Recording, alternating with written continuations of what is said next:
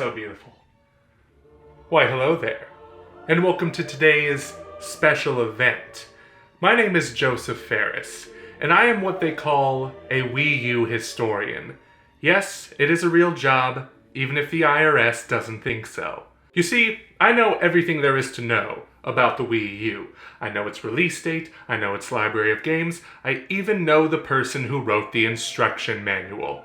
His name is Philip, and we have tea every Thursday. Yes, it's not easy filling this cranium with Wii U knowledge, so I've had to make some space for it. As a result, I don't remember my wife's birthday or name.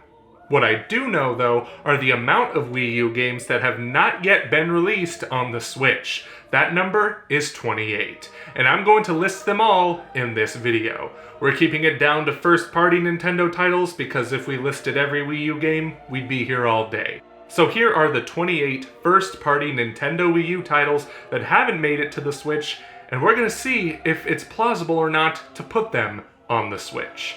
Let's get started. Starting with a personal favorite of mine, Yoshi's Woolly World. We don't talk enough about this game, and while it doesn't come close to the original Yoshi's Island, it's still one of the best Yoshi titles ever made. It has an adorable yarn-based art style that's incorporated cleverly into the game design, with Yoshi able to unwind strands of yarn to reveal hidden secrets and make new platforms by throwing balls of yarn. Given that it's not the most difficult game, the enjoyment comes from completing each level 100% by finding all the hidden collectibles. And we can't forget about the cute Yarn Yoshi amiibo made of actual yarn. Why Yoshi's Woolly World didn't get a Switch port is beyond me, especially since it did receive a 3DS port in 2017 with Yoshi and Poochie's Woolly World. But who's playing the 3DS anymore? Put your hand out, I know you're probably still playing it. Also, that art style deserves to be on an HD display. And while we did get Yoshi's Crafted World on Switch, it didn't come close to the charm and cuteness of Woolly World. Given that the game doesn't use a whole lot of Wii U gamepad features, that makes the Switch port of this game plausible. While we're on the topic of games with adorable art styles, let's talk about Kirby and the Rainbow Curse. Here, Kirby is not controlled with a stick, but the touchscreen. Well, I guess the stylus is a stick, but you get my point. Kirby rolls automatically, and players draw him rainbow pathways to roll on. They can also block hazards so he doesn't get hurt. This is another casual experience on the Wii U, so is it likely to get a Switch port? Well, even though the Switch has a touchscreen, it would make the game only playable in handheld mode, but it would certainly look better on Switch's 720p display instead of the Wii U's 480p gamepad. There could be a workaround though by using the gyro of the Joy-Con and Pro controllers, though it's hard to imagine it would offer the level of precision needed. Not to mention you'd have to recalibrate it every 5 seconds, which sucks. Like Kirby. Plus, with a new 3D Kirby on the way, Switch owners probably aren't clamoring for a remaster of a spin-off right now. It's time for Kirby to look forward, not just left and right. So even though a Switch port of Kirby and the Rainbow Curse is plausible, the chances of it happening are unlikely, simply due to the little demand for it. Of course, you can't talk about the Wii U without talking about Nintendo Land. What a great pack-in game for Wii U Deluxe set owners. This was a collection chock full of Nintendo-themed games that took full advantage of the Wii U gamepad and the Wii Remote and Nunchuck controllers you already had laying around.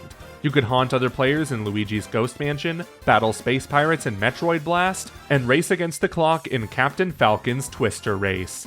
These games were fun to play alone and even better with a group of friends. You might think this port is impossible to put on Switch, but we made a video explaining how it could work.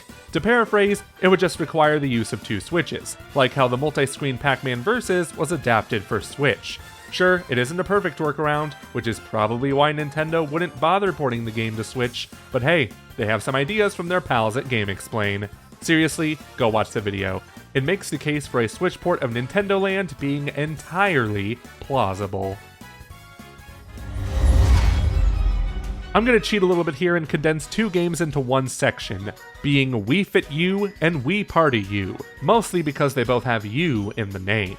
And not only does the Wii U branding present a conflict, but the Switch already has better versions of these games. Why play Wii Party U when you have Mario Party Superstars? Heck, I'd even take Super Mario Party. And why even touch Wii Fit U when Ring Fit Adventure is so much better and packs a real workout? Seriously, I've been playing it for the past week, and I don't know how I'm going to make it out alive.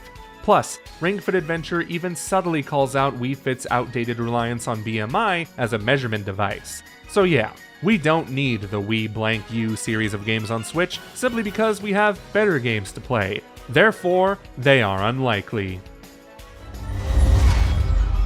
But while we're on the subject of Wii-branded games, there's Wii Sports Club.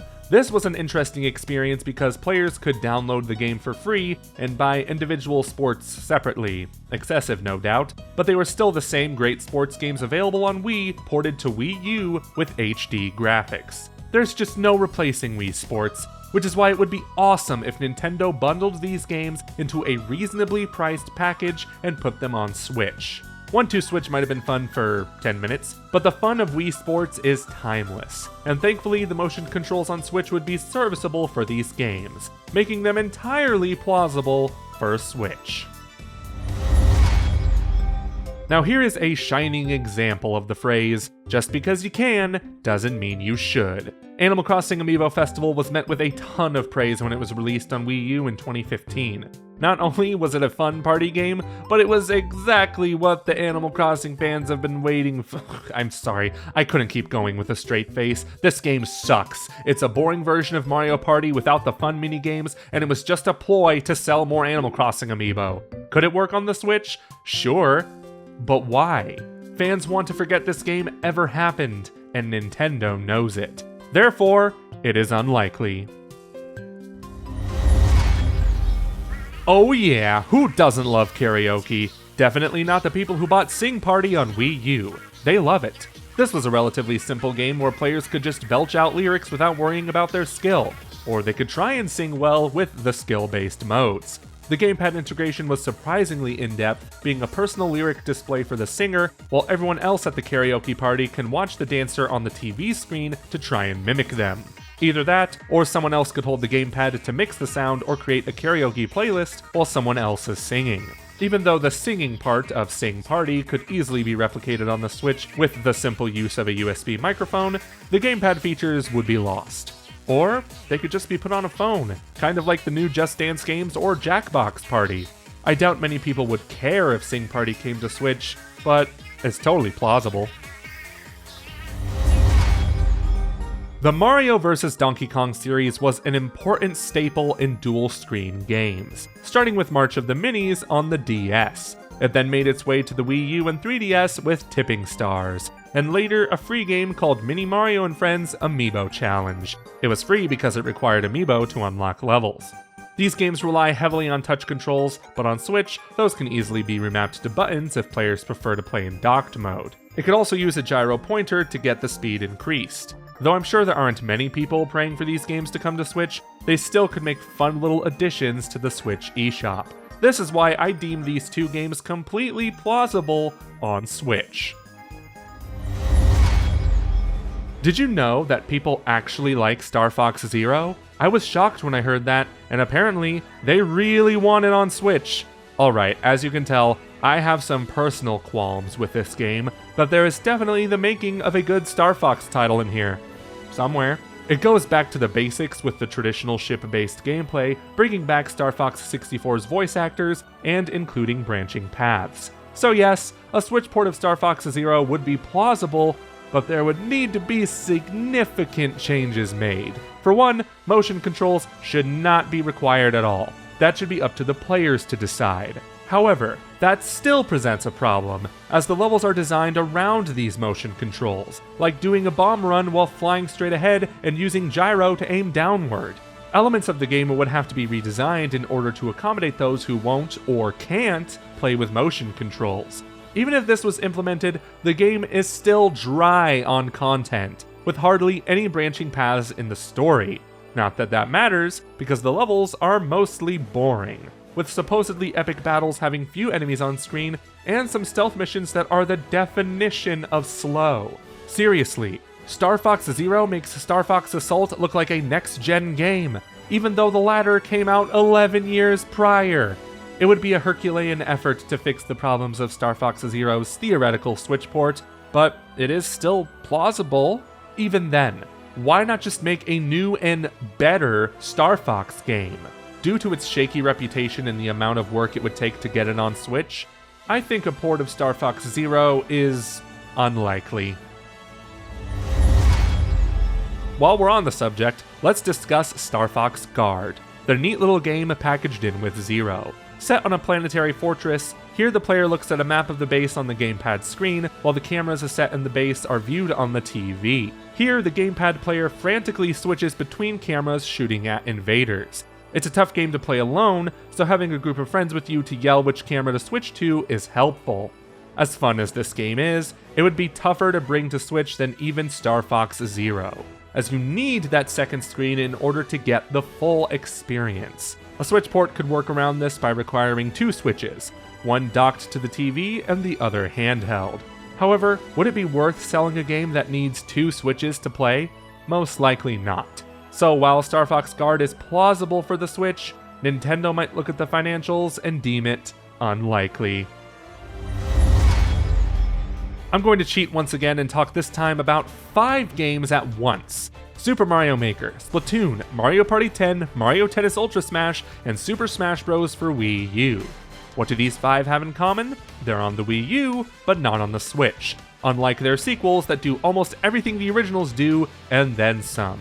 Mario Tennis Aces in particular does a lot more than Ultra Smash could have hoped to achieve. Mario Party 10 was also the last game to include the car, so it won't be missed. Smash for Wii U has a few stages Ultimate doesn't, but Ultimate also has every character in Smash Bros. History.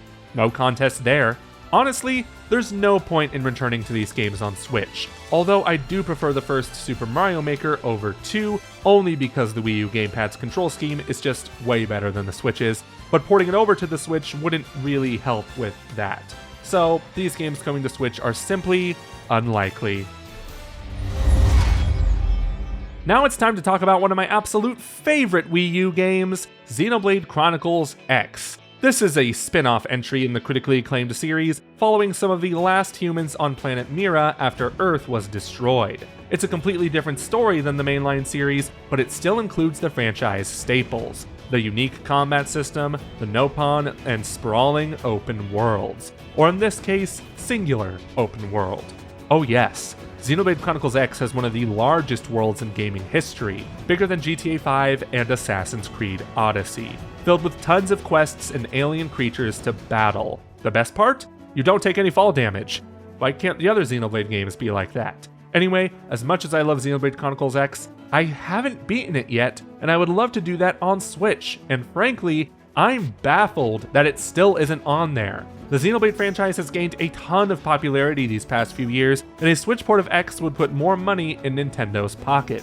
And because the game doesn't take full advantage of the Wii U gamepad, aside from having the map display at all times, this makes the Switch port of Xenoblade Chronicles X totally plausible.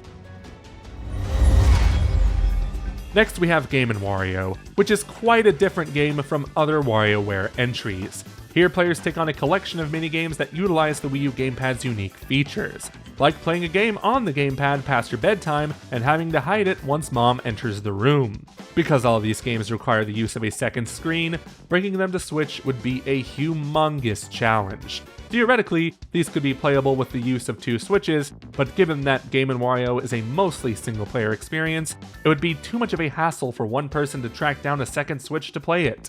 Game & Wario on Switch is very unlikely. Pushmo deserved better. First starting on the 3DS and then making its way to Wii U with Pushmo World, these games had a lot of depth to them. I mean that in the most literal way possible, as players would push platforms back and forth to reach the end of levels. It was fun and creative, but this was the last Pushmo game we got on a home console. While a Switch sequel would be appreciated, a simple port of Pushmo World would do, as it didn't take full advantage of the Wii U gamepad, aside from making custom levels easier to create with the touchscreen, something that could easily be replicated on the Switch in handheld mode. So yeah, Pushmo World coming to Switch is highly plausible. Oh, Paper Mario, you used to be so iconic, but games like Color Splash certainly didn't help your legacy, did they? Luckily, Paper Mario seems to be heading down the right path with the much better received Origami King. This raises the question, do we need to revisit Color Splash? Do we? There were some pretty cool moments, like parts of the story, but the reputation of this game was more or less tarnished by its battle system, which was similar to the not-so-fan-favorite Sticker Star on 3DS. It was also tied to the Wii U gamepad, which would make playthroughs in docked mode more difficult, but not impossible, as it could be adapted to a TV. It's not like Game & Wario where the second screen is required. Even if the game wasn't that hard to bring to Switch, would Nintendo really want to do that? Paper Mario Color Splash has a rocky reputation and is largely frowned upon by the fanbase. So while it is plausible, the tarnished legacy of Color Splash will make a Switch port releasing in the future unlikely. The Wii U saw 2 entries in the Mario and Sonic at the Olympic Games series, those being the Sochi 2014 Winter Olympics and the Rio 2016 Olympics. In short, these are fun party games that make use of simple motion controls, and they didn't take advantage of the Wii U gamepad. So they are plausible on Switch, but the Switch already has the Tokyo 2020 Olympics game on there, and will probably get the next entry as well. Also worth noting that the Wii U games have the years 2014 and 2016 on them. So probably for that reason alone, these Mario and Sonic games are unlikely on Switch.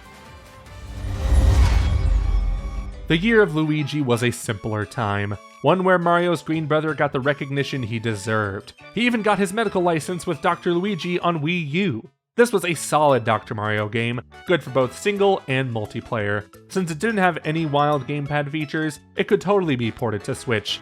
Why would Nintendo do that though? All I know is that they owe us for killing Dr. Mario World in November. Make it right, Nintendo. Give us Dr. Luigi on Switch, or give us Dr. Luigi featuring Dr. Mario on Switch. I'll take anything. Anyway, Dr. Luigi on Switch, plausible. Here's a no-brainer. NES Remix 1 and 2. These games contain bite-sized challenges based on NES classics, like defeating 10 enemies in Super Mario Bros. 3 before the time runs out, or defeating Wispy Woods in Kirby's Adventure. These microgames are fun, and they celebrate the history of the NES. Given that these games don't really take advantage of the Wii U gamepad, they could easily be ported to Switch, and it's honestly surprising they're not there already, as they'd be perfect to play in docked or handheld mode. Or better yet, make them bonus games for Nintendo Switch Online subscribers. That service already has NES games, so why not sweeten the deal by including their remixes as well? So yeah, the NES Remix games on Switch are more than plausible. Do you know what really grinds my gears? The fact that I can't play The Legend of Zelda Wind Waker HD and Twilight Princess HD on my Nintendo Switch. I love these games, and so do a lot of other people. And while Skyward Sword HD was a wonderful remaster, we still want more 3D Zelda goodness on Switch. Theoretically, not much work would be required to port Wind Waker and Twilight Princess HD. The games already look and run great, though a frame rate boost of 60 FPS like with Skyward Sword HD would be appreciated.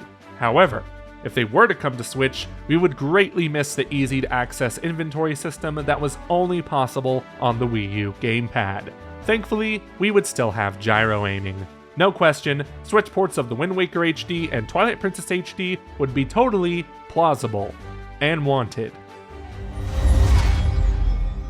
But I know what you're thinking. What about Devil's Third?